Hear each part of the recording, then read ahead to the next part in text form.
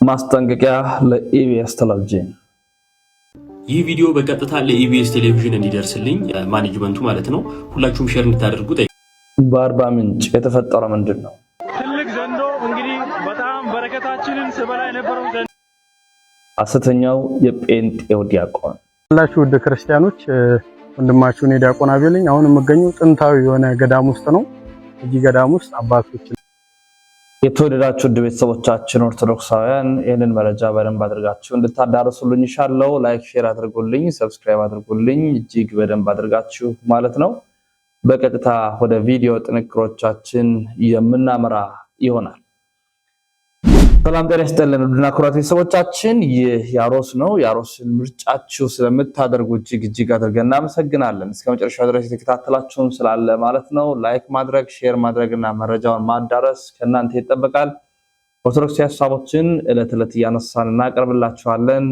መረጃዎቻችንን እያቀረብን እንገኛለን። ስለዚህ ቤተሰብ በመሆን አጋርነታችሁን ማሳየት እንዳይዘነጋ፣ ሰብስክራይብ ማድረጋችሁ እንዳይዘነጋ፣ ቁጥሩ እያነሰ ስለሆነ ማለት ነው። በቀጥታ እንግዲህ ወደ ቪዲዮዎቻችን ስናመራ በቅድሚያ የምንመለከተው ለኢቢኤስ ቴሌቪዥን ይተላለፍልን ዘንድ ነው። እንደምናስታውሰው አርቲስት ነፃነት ወርቅነህ ከዚህ ዓለም በሞት መለየቱ ይታወሳል። ለረጅም ዓመታት የቤተሰብ ጨዋታን ሲመራ የነበረው ነፃነት ወርቅነህ እንደሆነ እናውቃለን። ታዲያ ለነፃነት ወርቅነህ ባለበት የቤተሰብ ጨዋታ አዘጋጅነት ኢቢኤስ የህዝብ ድምጽ ፈልጎ ነበረ። ማን ቢሆን የተሻለ ነው የሚል ማለት ነው፣ ወይ ደግሞ ማን ይህንን ቦታ ይዞ የቤተሰብ ጨዋታን ያጫወት የሚል ጥያቄ አቅርቦ ነበረ ኢቢኤስ። ይህንን ተከትሎ እንግዲህ በርካቶች የየራሳቸውን ሐሳቦች እየሰጡ ይገኛሉ። እከሌ ቢሆን የሚሉ ምርጫዎች ተበራክተዋልና ከነዛ መካከል በኢቢኤስ ቴሌቪዥን ላይ ሃይማኖታዊ በሆኑ ዘውግ ላይ ማንኛውም ሰው ተሳትፎ አላደረገም እና አሁን ግን እያየን ከምንገኛቸው ነገሮች መካከል የፕሮቴስታንት ቤተ እምነት ላይ ያሉት እነ ሸዋፈራው ደሳለኝ እነ ይሄ እንዳልካቸው ዘነበ የተባለ ሰው ኢቢኤስ ላይ እንዲወዳደር የፕሮቴስታንት ፔጅ የሆነው ገጽ የምረጡ እንቅስቃሴ ያደረገ ስለዚህ ጉዳይ ምን ያደረጉት ማለት ሃይማኖታዊ ሽፋን ሰጡት ማለት ነው። ስለዚህ ያ ነፃ ሚዲያ ነው፣ ሁሉም ሰው እንደፈለገ የሚሳተፍበት ሚዲያ ነው። ነገር ግን እንደዚህ አይነት ነፃ የሆነ ሚዲያ ላይ እንደዚህ አይነት እንቅስቃሴ የሚያደርጉ አካላት ወይ በሃይማኖት ሽፋን የሚገቡ አካላት ነገ ጣቢያውን የሚጎዳ እንደሚሆን ምንም ጥርጥር የለም። ምክንያቱም ምን ያህል ተከታይ ኦርቶዶክስ እንደሆነ ማወቅ ይችላሉ ብዬ አስባለሁ። ስለዚህ ነፃ የሆነ ምርጫ መካሄድ አለበት።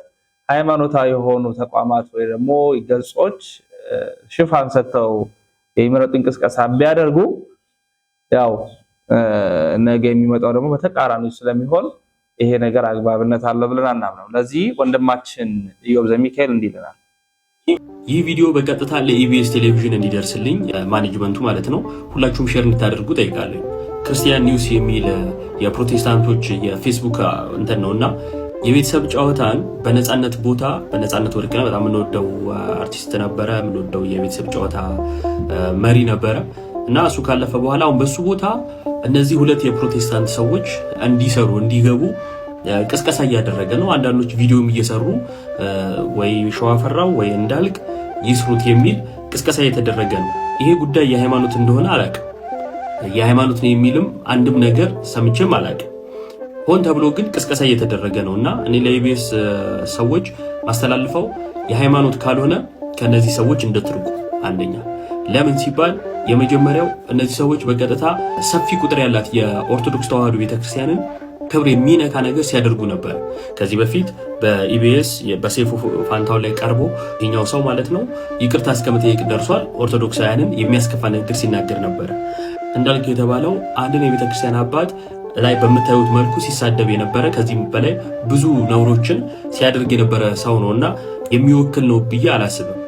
አይ ለኦርቶዶክሳውያን ቦታ የለንም እስካላለ ድረስ ማለት ነው የቴሌቪዥን ጣቢያው ከእንደዚህ አይነት የሃይማኖት ዘረኞች እንድትርቁ ማሳሰብ ፈልጋለሁ። ዘረኞች እንድትርቁ ፈልጋለሁ ብሏል። ትክክል ነው። ያው ምክንያቱም እንዲህ አይነት ተቋማት ከዚህ ከሃይማኖታዊ አስተሳሰብ ተቃርኖ አስተሳሰብ ነፃ የሆነ ፕላትፎርም መሆን አለበት። አለበለዚያ ሌላ ያልተጠበቀ ነገር ስለሚመጣ ማለት ነው። አርባ ምንጭ እኔ እንደው ይገርመኛል እኮ አንዳንዴ አንድ ዘንዶ በጣም ረጅም ዘንዶ በአርባ ምንጭ ላይ ተገኝቶ ተገደለ ተባለና እንዴት ጉዳዩን እንደቀየሩት እንመልከት።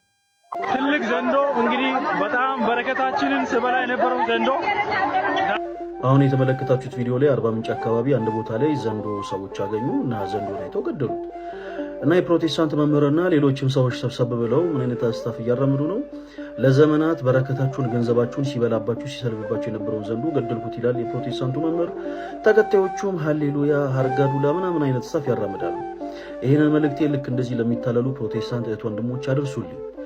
ይሄ በቪዲዮ ላይ የምትመለከቱት ዘንዶ የእናንተን ገንዘብ ለዘመናት ሲበላ አልኖረም፣ በረከታችሁንም ሲሰልብ አልኖረም።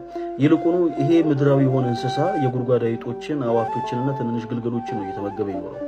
ለዘመናት ገንዘባችሁን ምጥጥ እያደረገ ሲሰልብ የነበረው ሲበላ የነበረው በረከታችሁን ሲወስድ የነበረው ራሳችሁ ቁጭ ብላችሁ አገልጋያችን ነው ብላችሁ ሾማችሁት ስሪፒ ስለብሱ እየሸወዳችሁ ያለው ሰው ነው። ስለዚህ ባካችሁን ራሳችሁንም ኪሳችሁንም ከነዚህ አይነት ሰዎች ጠብቁ። ይልቁኑ ዋናው መልእክት እሱ አይደለም። እኛ ክርስቲያን እህት ወንድሞቻችሁ በክርስቶስ ፍቅር እጅግ በጣም አብዝተን እንወዳችኋለን። ከኛ በላይ ደግሞ በመስቀል ተሰቅሎ ስጋውን ቆርሶ ደሙን አፍስሶ ዋጋ የከፈለላችሁ የፍጥረታት ሁሉ ጌታ ኢየሱስ ክርስቶስ ይወዳችኋል። ስጋውን የቆረሰው ደሙን ያፈሰሰው ለኛ ለክርስቲያኖች ለምናምንበት ብቻ ሳይሆን ለእናንተም ጭምር ለማታምኑበት ነው። ልባችሁ እውነተኛውን ጌታ ክርስቶስ ኢየሱስ እንደሚሻ እናምናለን። ከድራማ ህይወት ውጡና ወደሚደነቀው ብርሃን ተሸጋገሩ።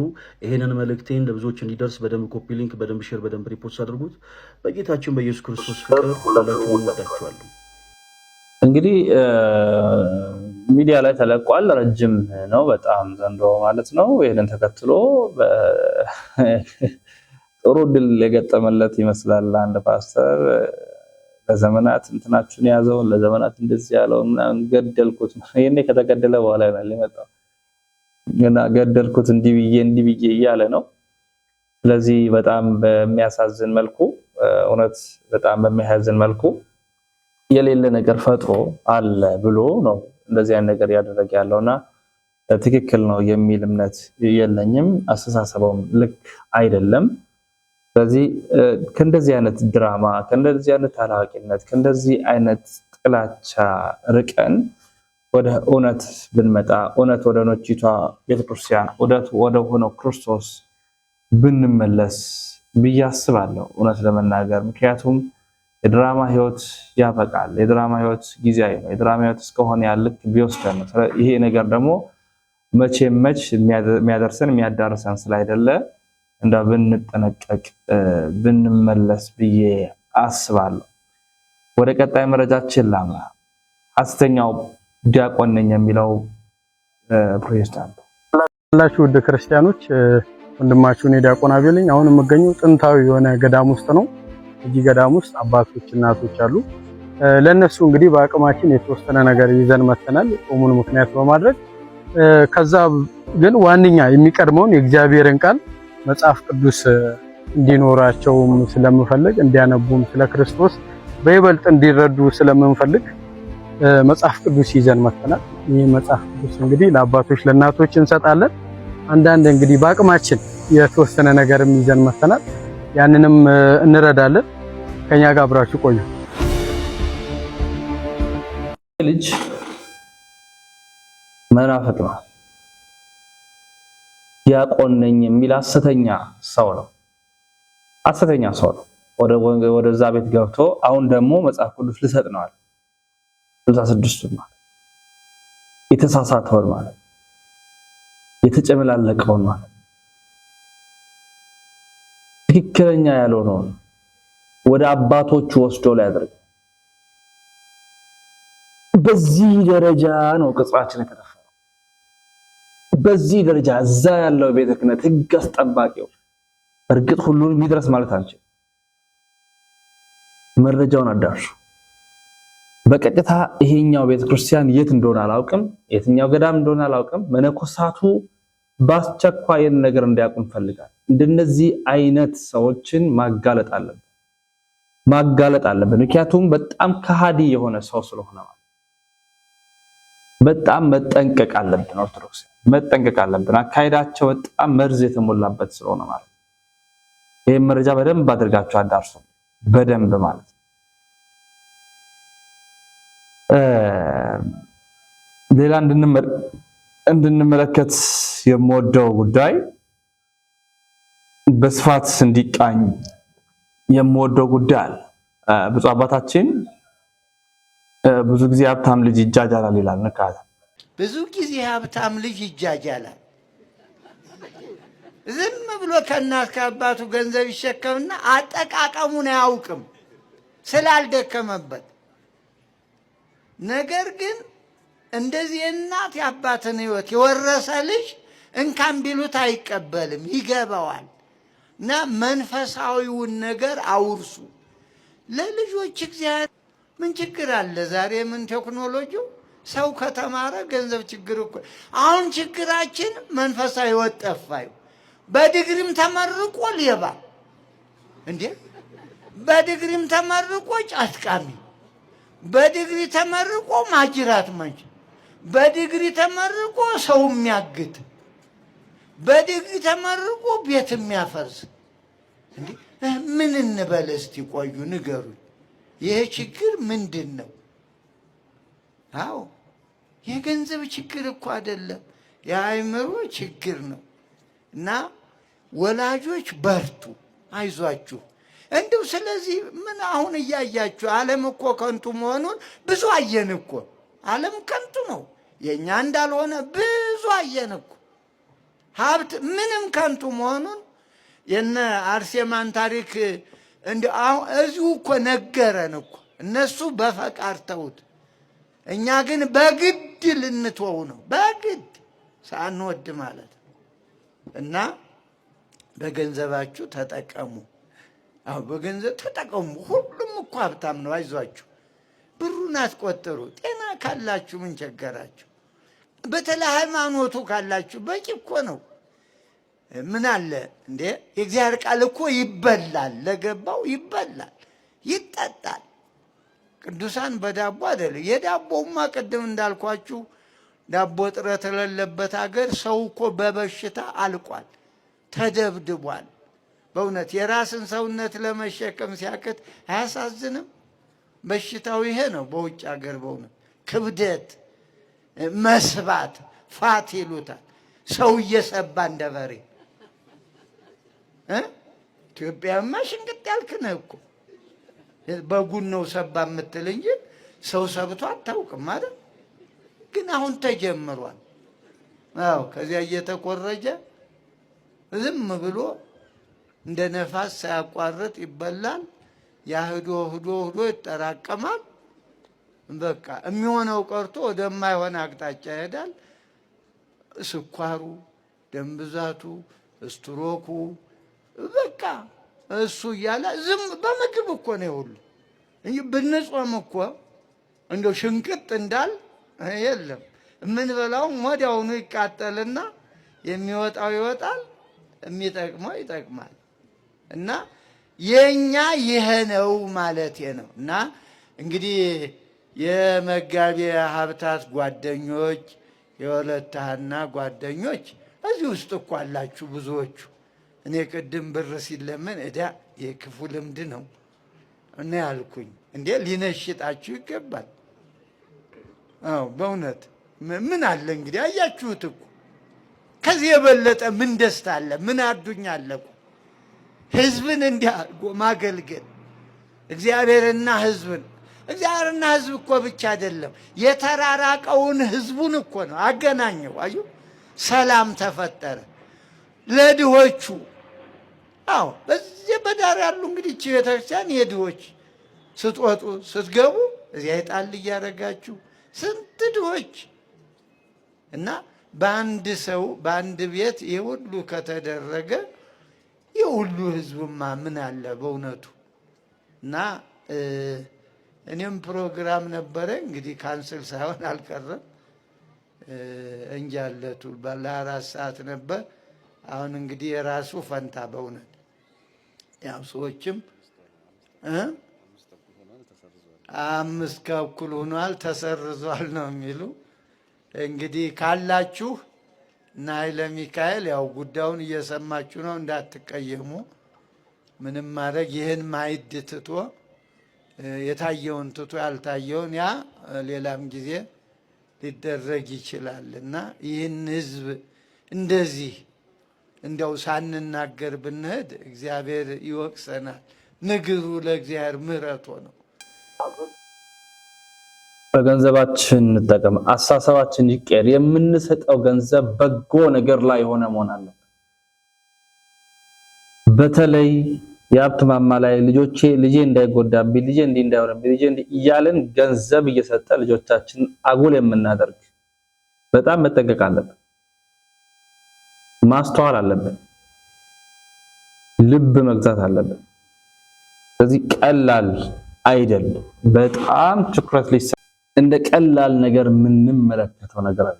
ማስተዋል አለብን። ለልጆቻችን የምናደርገው ነገር ነገ ዋጋ የሚያስከፍለን እንዳይሆን በጣም በአስተውሎት ሊደረግ ይገባዋል የሚል መልእክት አለ። ኢየሱስ አምላክ መሆኑን የምታውቁበት ይሄ ነው። ድንገት ብዙ ጊዜ ይሄ ጥያቄ የሚነሳው ከእስልምና እምነት ሰዎች ነው። የእስልምና እምነት ሰዎች አላህ አይወልድም አይወለድም የሚል ኮንሰፕት አላቸው። ይሄ በጣም ከእውቀት ማነስ ሊመነጭ ይችላል የኛን እምነት ለመረዳት ከሆነ።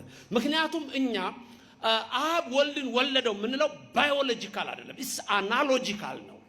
አናሎጂ እና ባዮሎጂ የተለያዩ ናቸው። ይሄ ትንሽ ቃሉ የፍልስፍናና ሪሊጂየስ ስለሆነ ዝም ብዬ ላንሳላችሁ ብዬ ነው። በስጋ አንድ ሰው እንደሚወልደው ማለት አይደለም። እሱ ነው መጀመሪያ ገና ትልቁ ችግር እሱ ነው። አያችሁ። ስለዚህ ብዙ ጊዜ የሚነሳው ኢየሱስ አምላክ ነኝ ብሏል እንዴ? የት ጋር ነው ኢየሱስ አምላክ ነኝ ያለው? አረ በጠቅላላ አምላክ ነኝ ነው እንጂ ያለው አምላክ ነኝ ያለው በሁሉ ቦታ። ዮሐንስ ወንጌል ምዕራፍ 10 ቁጥር 31 ላይ ምን አለ? እኔና አብ አንድ ነን። እኔና አብ አንድ ነን። እነሱ እንደ ነብይ ያዩታል። ዮሐንስ ወንጌል ምዕራፍ 8 ቁጥር 58 ላይ ምን አለ? ዮሐንስ ወንጌል ምዕራፍ 8 ቁጥር 58 ላይ እኔ ከአብርሃም በፊት አለሁ አለ። ከአብርሃም በፊት አለሁ። ተመልከቱ። አይሁድ ሊወግሩት ድንጋይ አነሱ። እንደውም አንዳንዶች ምን አሉ? አንተ ገና 50 ዓመት ያልሞላ አብርሃምን አይተሃል እንዴ አሉት። እንደውም ልንገራችሁ አብርሃም የኔን ቀን ያይ ዘንድ ተመኘ አላቸው። ክብርና ምስጋና ለእግዚአብሔር ይድረሰው። ኢየሱስ የአብርሃም አምላክ ነው። ኢየሱስ የያዕቆብ አምላክ ነው። ኢየሱስ የቅዱሳን አምላክ ነው። ኢየሱስ የነቢያት አምላክ ነው። በነቢያቱ ነገረን ያለው እሱ ራሱን የነገረን። አብ ተናገረ ቢል ወልድ ተናገረ፣ መንፈስ ቅዱስ ተናገረ ነው። በመጨረሻ እዚህ መጥቶ ግን ከድንግል ማርያም ተወልዶ ከስጋዋ ስጋ ነስቶ ራሱ ነገረን። ልዩነቱ ይሄ ነው። ኢየሱስ አምላክ ነኝ በጠቅላላ አምላክ ነኝ ነው ያለው። ዮሐንስ ወንጌል ምዕራፍ 8 ቁጥር 33 ላይ ድንጋይ አንስተው ሊገሉት ምን ነው ሲላቸው አምላክ ነኝ ብለሃል። ተመልከቱ፣ አምላክ ነኝ ብለሃል። እኛ ዘንድ ግን ሁሉ ጊዜ ኢየሱስ ምንድነው? አምላክ ነው። ስሙ የተመሰገነ ይሁን። ምንድነው? ኢየሱስ ክርስቶስ አምላክ ነው። ትናንትና ሳስተምር ያነሳሁት ነበረ። የሪፎርሜሽን የተሐድሶ እንቅስቃሴ ጀርመኒ ውስጥ ሲጀምር አንዱ ትልቁ ነገር ያደረጉት የወሰኑት ምንድነው? ኢየሱስ እግዚአብሔር አይደለም ብለው ነው የወሰኑት። ይሄ ነው። ድንገት እዚህ ውስጥ ዛሬ ከሌላ እምነት የመጣች ሰዎች ካላችሁ በፕሮቴስታንት በሪፎርሜሽን ሙቭመንት በተሐድሶ የተወሰነው ኢየሱስ እግዚአብሔር አይደለም የሚል ነው። ክብር ለእግዚአብሔር ብቻ የሚል ነው እነሱ ጋር። ኢየሱስ ግን እግዚአብሔር አይደለም ነው። ተመልከቱ። ይሄ ነው ትልቁ የጣላቸው። ትልቁ የጣላቸው ነው። በልጁ በመጨረሻው ዘመን ተናገረን ሲል ራሱ መጥቶ አንድም አብ በወልድ ህልው ሆኖ ነገረን ነው። ትዝ ይላችኋል። ክርስቶስ ለስም አጠራሩ ክብር ምስጋና ይግባውና በዮሐንስ ወንጌል ምዕራፍ 14 ቁጥር 6 ላይ ለደቀ መዛሙርቱ ሲነግራቸው አነ ውእቱ ፍኖተ ጽድቅ ወሕይወት አለ። እኔ መንገድና እውነት ሕይወት ነኝ አለ። መንገድ፣ እውነት፣ ሕይወት። ልብ በሉ ሶስቱን ቃላት መንገድ፣ እውነት፣ ሕይወት። ሕይወት እኔ ነኝ አለ። እውነት እኔ ነኝ አለ። ከዚህ በላይ ምን ይበል ኢየሱስ? መንገድ እኔ ነኝ አለ። ሌላው ሰው መንገድ ዝም ብሎ መንገድ ይመስለዋል፣ የሚያደርስ ይመስለዋል። መንገድ ማለት ሃይማኖት ማለት ነው። ሃይማኖት እኔ ነኝ ማለት ነው። መንገድ ሃይማኖት መሆኑን ለማወቅ ከፈለጋችሁ ትንቢተ ኤርምያስ 6:16 ላይ እዩ። ትንቢተ ኤርምያስ 6:16 ላይ እንደምታዩ የሐዋርያት ሥራ ምዕራፍ 9 ቁጥር 1 እዩ። በዛ መንገድ የሚሄዱትን ይላል። በዛ ሃይማኖት ሲል ነው። ኢየሱስ ክርስቶስ አነ ውእቱ ፍኖተ ጽድቅ ወሕይወት ሲል እኔ ሃይማኖት ነኝ፣ እኔ እውነት ነኝ፣ እኔ ሕይወት ነኝ ነው ያለው። ብዙዎች ያልገባቸው እንደውም በዛ ጊዜ ያልገባው ሌላ ሰው ነበር፣ ፊልጶስ እዛው ከሐዋርያቱ መካከል። ጌታ ሆይ አለው ወደ አብ የሚያደርስ ሌላ እንደው መንገድ ተለያየ መስሎታል። በመለኮት በእዘዝ አገዛዝ አንድ መሆኑ አልገባውም ሚስጥረ ሥላሴ። ጌታ ሆይ አብን አሳየንና ይበቃናል አለው። ማንን አሳየን? አብን አሳየንና ይበቃናል። ኢየሱስ ምንድን ነው ያለው?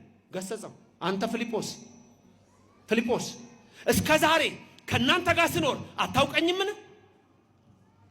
እስከ ዛሬ ከናንተ ጋር ስኖር አታውቀኝምን? አይገርምም?